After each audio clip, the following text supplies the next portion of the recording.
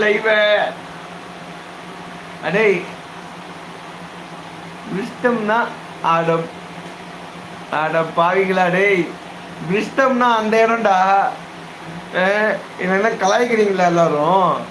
genuine star இல்லைன்னா smiling star இந்த ரெண்டு தான் உண்டு இந்த ரெண்டுல ஏதாவது ஒன்று தான் சொல்லணும் சரியா அதை விட்டுட்டு சார்பேட்டா ஸ்டார் வந்து கொஞ்சம் பரவாயில்ல கொஞ்சம் பாக்ஸிங் ஸ்டார் மாதிரி பாக்ஸிங் ஸ்டார் மாதிரி இருக்கு